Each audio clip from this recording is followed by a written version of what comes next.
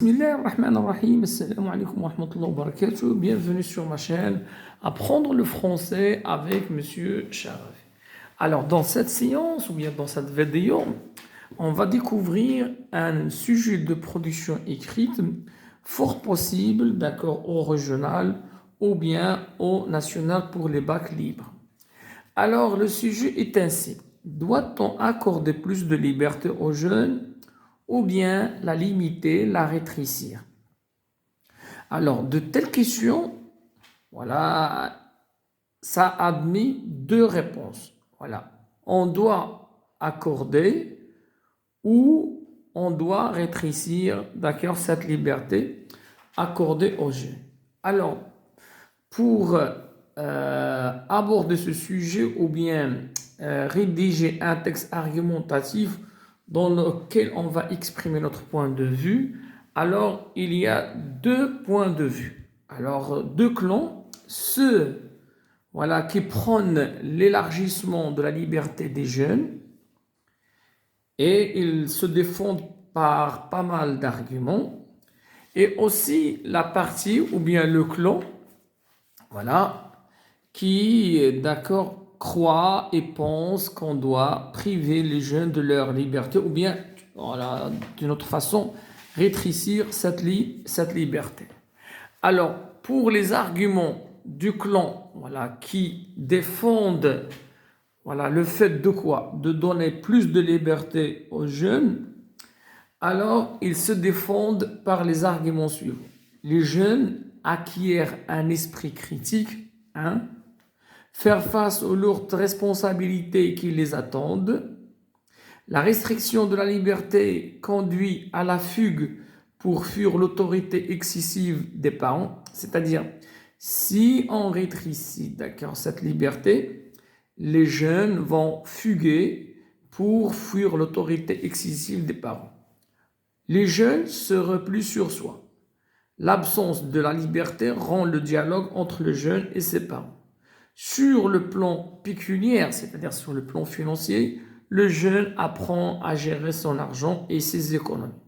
Alors c'est pourquoi on doit donner quoi? Plus de liberté aux jeunes. Voilà, aussi parce qu'ils vont bénéficier d'une certaine autonomie, indépendance, etc. C'est pourquoi on doit leur accorder plus de liberté. Alors, pour le clan ou bien, d'accord, la catégorie qui pense qu'on doit limiter ou bien rétrécir cette liberté, ils s'arment ou bien par les raisons ou bien par les arguments suivants. Les jeunes ne sont pas matures, c'est-à-dire ils n'ont pas encore atteint cette maturité qui leur permet de profiter d'avoir plus de liberté. Ils utilisent mal cette liberté. Les périls, les dangers sont plus nombreux qu'autrefois. Les jeunes sont moins responsables que ceux d'antan. C'est pourquoi on ne doit pas leur donner voilà, plus de liberté. Il y a les drogues de toutes sortes circulent. Les valeurs éthiques s'effritent, c'est-à-dire les valeurs éthiques, voilà, donc ils sont devenus de plus en plus, voilà, d'accord, faibles, ils sont affaiblis, et les jeunes d'aujourd'hui, ils sont plus fragiles. Et c'est pourquoi cette liberté doit être rétrécie ou bien limitée. Alors, quels sont les plans possibles? Alors, les plans possibles, soit vous allez utiliser le plan simple, ou vous allez défendre quoi? Une seule thèse, c'est-à-dire soit élargir cette liberté, ou bien accorder plus de liberté, ou bien vous allez défendre l'autre point de vue, c'est-à-dire accorder moins de liberté ou bien rétrécir cette liberté. Ou bien vous pouvez utiliser ce qu'on appelle également le plan dialectique.